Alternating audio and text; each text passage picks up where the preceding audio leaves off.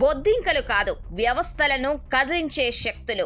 ఎంతటి వారైనా జంజీ మాట వినాల్సిందే. జంజీ ధాటికి తల వంచిన వ్యవస్థలు. సిజేఐ హాట్ వార్నింగ్ వెనుక అసలు కథ. ప్రస్తుత దిశ రాజకీయ సామాజిక పరిణామాలను గమనిస్తే ఒక్క విషయం స్పష్టమవుతుంది.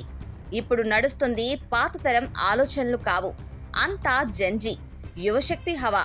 చట్టాలైనా ప్రభుత్వ నిర్ణయాలైనా పెద్ద పెద్ద వ్యవస్థలైనా సరే యువత అజెండాకు అనుగుణంగా మారాల్సిందేనని తాజా పరిణామాలు నిరూపిస్తున్నాయి. నల్సార్ యూనివర్సిటీ విద్యార్థుల వివాదంలో భారత సుప్రీంకోర్టు ప్రధాన న్యాయమూర్తి సూర్యకాంత్ బార్ కౌన్సిల్ ఆఫ్ ఇండియాపై చేసిన ఘాటు వ్యాఖ్యలు, దానికి మద్దతుగా నిలిచిన కాక్రోచ్ జనతా పార్టీ పోరాటం దేశవ్యాప్తంగా సరికొత్త చర్చకు తెరలేపాయి. విద్యార్థులకు నాకు మధ్య మీరెవరు?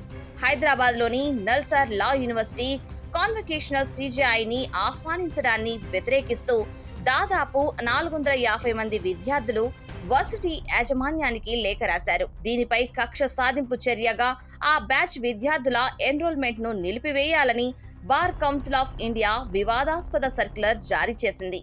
ఈ వ్యవహారంపై సుప్రీంకోర్టు ఆగస్టు 14న తీవ్రంగా స్పందించింది. బీసీఐ తీర్పును తప్పుపెడుతూ సిజేఐ సూర్యకాంత్ ధర్మాసనం విద్యార్థులకు నిరసన తెలిపే హక్కు ఉంది. ఇది నాకు, నా విద్యార్థులకు మధ్య జరుగుతున్న సంభాషణ. ఇందులో దూరి రాజకీయం చేయడానికి బీసీఐ ఎవరు అంటూ హాట్ వార్నింగ్ ఇచ్చింది. విద్యార్థులపై ఎలాంటి క్రమశిక్షణా చర్యలు తీసుకోకూడదని సుప్రీంకోర్టు ఆదేశించడంతో బీసీఐ తన సర్క్యులర్ ను పూర్తిగా వెనక్కి తీసుకోక తప్పలేదు. ఏదేమైనా ఇదంతా కాక్రోచ్ జనతా పార్టీ చాటిన సత్తానే. కొద్ది నెలల క్రితం కోర్టు విచారణలో నిరుద్యోగ యువతను ఉద్దేశించి సిజేఐ చేసిన కాక్రోచ్ అనే కామెంట్ ను సవాలుగా తీసుకుంటూ అభిజిత్ దీప్కే నేతృత్వంలో ఏర్పాటైన కాక్రోచ్ జనతా పార్టీ కేవలం 60 రోజుల్లోనే కోట్ల మంది మద్దతును కూడగట్టుకుంది.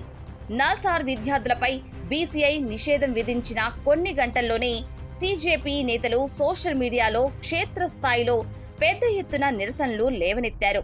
యువత ఐక్యత, సిజేపీ హెచ్చరికల ధాటికి భయపడిన బీసీఐ చైర్మన్ మనన్ కుమార్ మిశ్రా కేవలం 2 గంటల వ్యవధిలోనే విద్యార్థులంతా అమాయకులంటూ తమ ఉత్తర్వులను సవరించుకోవాల్సి వచ్చింది.